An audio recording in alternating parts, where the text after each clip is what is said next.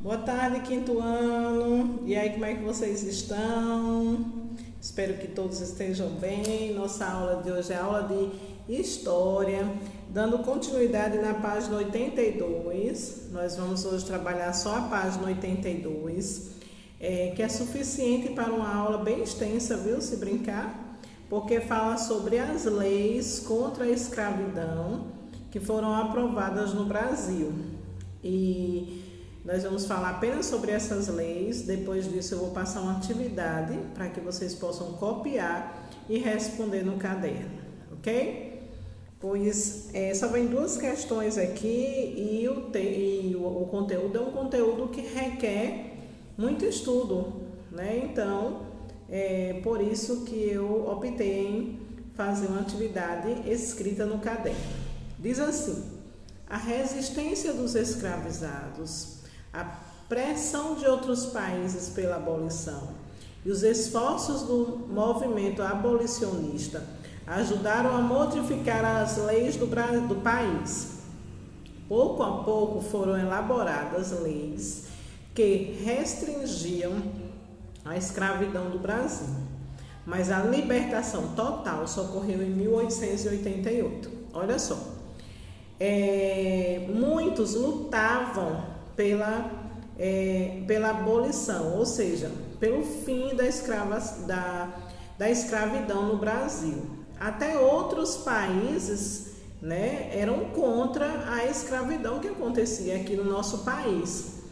Tia Keide falou no último vídeo que eu fiz a semana passada que tinha até alguns abolicionistas, ou seja, pessoas que lutavam, como poetas, alguns políticos, alguns escritores, alguns jornalistas que lutavam e eram contra a abolição contra a escravidão e lutavam a favor do fim da escravidão no Brasil.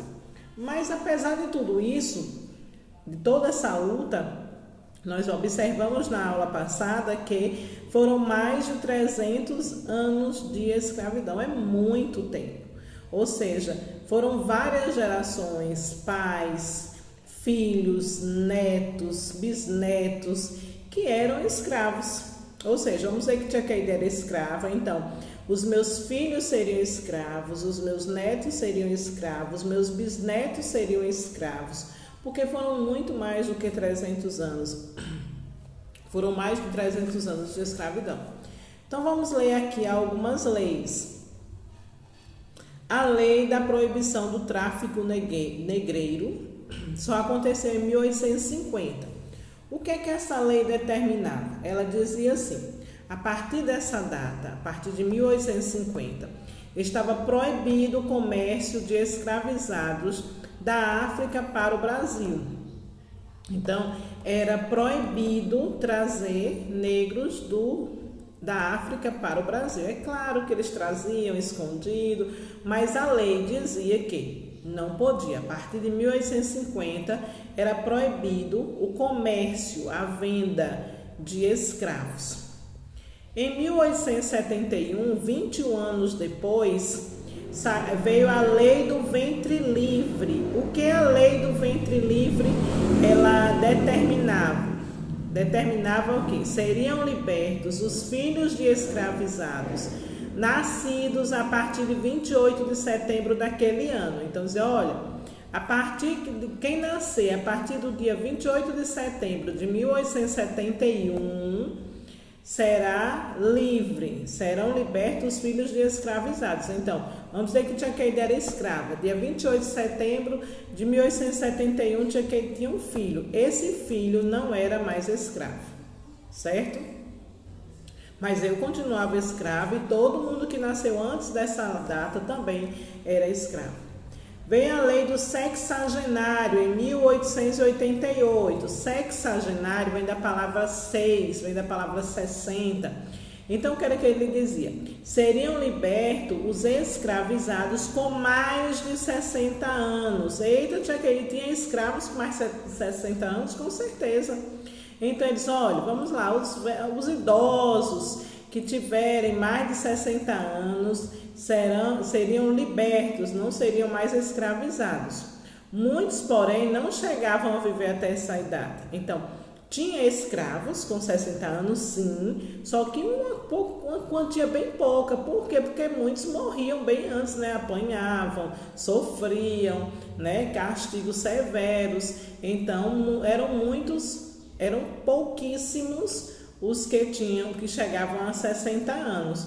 Então, mas a lei do sexagenário dizia, olha, então para esses poucos, eles serão libertos. Por quê? Porque tem mais de 60 anos.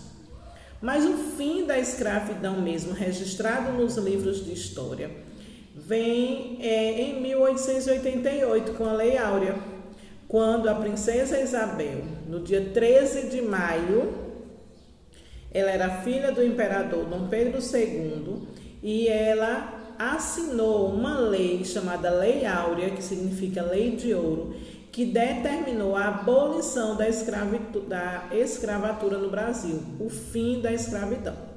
Apesar que não foi de uma hora para outra, não foi assim, assinou hoje, amanhã todo mundo tá. Foi muitos conflitos, foi muita luta, né, para que chegasse ao patamar que está hoje, né? Então, o que acontece é que várias leis vieram antes da Lei Áurea. A lei da proibição do tráfico negreiro, a lei do ventre livre, a lei dos sexagenários e, por último, a Lei Áurea, ok? Assinado pela princesa Isabel. A partir dessa aula, vocês conseguirão responder toda a atividade que eu postarei no grupo, ok? Um cheiro a todos, pesquisem, leiam, certo? E qualquer dúvida, chama a Tia Keide aqui, ó. Tia Keide está aqui para ajudá-los, ok? Um cheiro!